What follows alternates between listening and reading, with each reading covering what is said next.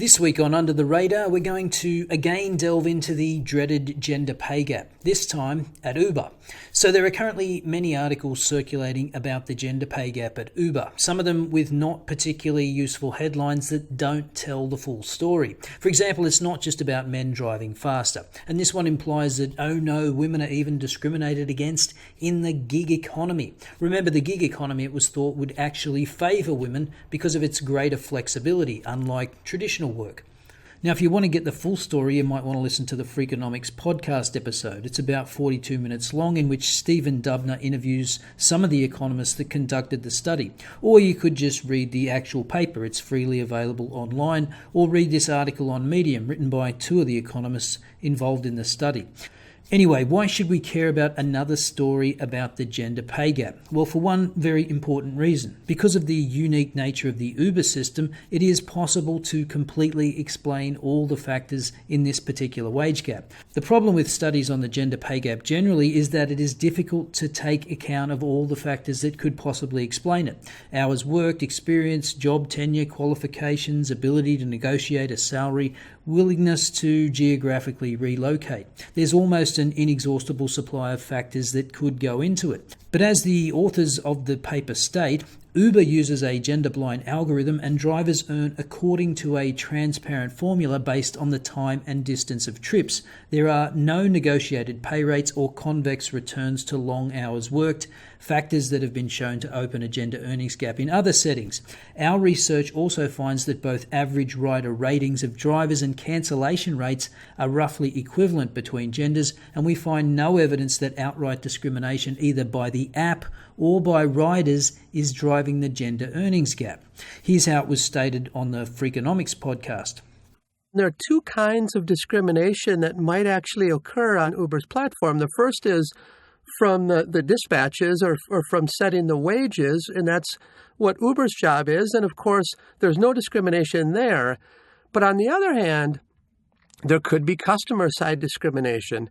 It could be the case that we as riders prefer men or prefer women as our drivers. So did you find discrimination on behalf of the users of Uber? Did riders tend to prefer male drivers to women? No, we find no evidence of discrimination on the customer side, meaning that riders don't prefer men to women or women to men. They view men and women the same when it comes to being their driver. That's right. And we don't see overall differences in rejection rates between male and female drivers. And if you were to put that in the regression, it doesn't contribute to a gender gap. Right. So let me just make sure I'm clear. You're saying there's no discrimination on the Uber side, on the supply side, because the algorithm is gender blind and the price is the price. And you're saying there's no discrimination on the passenger side. So does that mean that discrimination accounts for 0% of whatever pay gap you find or don't find between male and female Uber drivers? That's correct. So gender discrimination is completely ruled out. So then what's driving the gap? No pun intended. 3 factors: experience, speed, and preferences for where to drive. Returns to experience. We conclude that gender differences in experience account for approximately 1/3 of the earnings gap. As is the case with many professions, there is a learning curve to driving with Uber, which is especially steep at the outset. Drivers who have taken over 2,500 trips earn an average of $3 more per hour than those with less than 100 trips. Men on average accumulate more experience and hence earn more by working more hours each week and being less likely to stop driving with Uber. So it might be worth adding a few more data points around this idea of experience. This graph shows that the average earnings of drivers increases with the number of trips they complete. The more trips you do and the more experience you gain, the more you earn. The authors note that drivers who've completed over 2,500 trips make nearly 14% more than those in their first 100 trips. Furthermore, it turns out, probably not surprisingly, that there is a very high attrition rate. 68% of those that start driving are no longer active on the platform 6 months later. The attrition rate for men is 65%, while women's attrition rate is 76.5%. So men are more likely to stay on the platform longer and build up more experience. But there is more to it than just staying on the platform longer. As you can see in this table, men make almost 50% more per week than women because they put in almost 50% more hours. So that means that men are acquiring their experience at a faster rate. Or in other words, the average male driver will acquire roughly the same experience as a female driver who's been on the platform for substantially longer.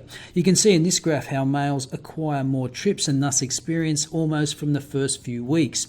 And this effect is obviously exacerbated by the fact that attrition rates are higher for women. So on to the next and biggest factor, speed, accounting for approximately half of the earnings gap. Because drivers earn a per minute per mile rate on each trip, there is a return for driving faster. Now, it's not as though men are tearing around like maniacs. The research found that men drive 2.2% faster than women, and experience has very little to do with whether you drive faster or not. And this is a trend found in the general population, even when there's no incentive to drive faster. As the researchers put it, gender differences in the preference for speed are a general population phenomenon that have labour market value to drivers. Now, of course, it's worth asking the related question, does that result in male drivers having more accidents? Here's what was said about that on the podcast. Okay, so male Uber drivers drive faster than female Uber drivers, and therefore that helps them make more money. Is that, however, more dangerous, the faster driving? So the gap is small. Men drive about 2% faster than women. So it doesn't suggest that that's leading to big differences in risk. But I also did see that the University of Michigan Transportation Research Unit, they looked at a big nationally representative sample of police-reported crashes, and they did seem to find that females on average, on a per-mile driven basis, have more crashes than males. In your data, certainly you have all of that data, right? You have miles driven, you have crashes presumably. Could you look, if you wanted to, and see if on a per-mile basis women crash more or less than men? I haven't worked with that data. We've been just working with the labor market data. Uber maybe could look at that, but that hasn't been something we've worked at. Yeah, we don't have an answer to that. It's something that we would like to study, but we do not have an answer to it. Now, the remaining approximately 1/6 of the pay gap is explained by differences in where people choose to drive, with men on average driving in locations with higher surge and lower wait times. And you might think this has something to do with men more likely to do graveyard shifts at 3 a.m, which is true, they are more likely to do that, but it actually has more to do with where, not when. Again, from the podcast. So men and women tend to target different neighborhoods of where they're driving, and men are targeting more lucrative pay areas than women. And does that have to do with like 3 o'clock in the morning on Saturday and I want to go out and where all the bars are and there might be a surge? Or is it more, I don't know, early morning airport trips? Can you characterize the nature of those most lucrative trips that men seem to be doing a little better at? So what is more important than when you drive is exactly which trips or routes do you tend to focus on. So one particularly salient example here is that airport trips tend to be the most profitable trips on the Uber platform. So what you have is that men tend to complete more airport trips than women complete. There are differences between when men and women drive. Men are much more likely to drive the graveyard overnight shift, which could have more people coming home from bars or whatnot. But women are actually dramatically more likely to drive the Sunday afternoon shift.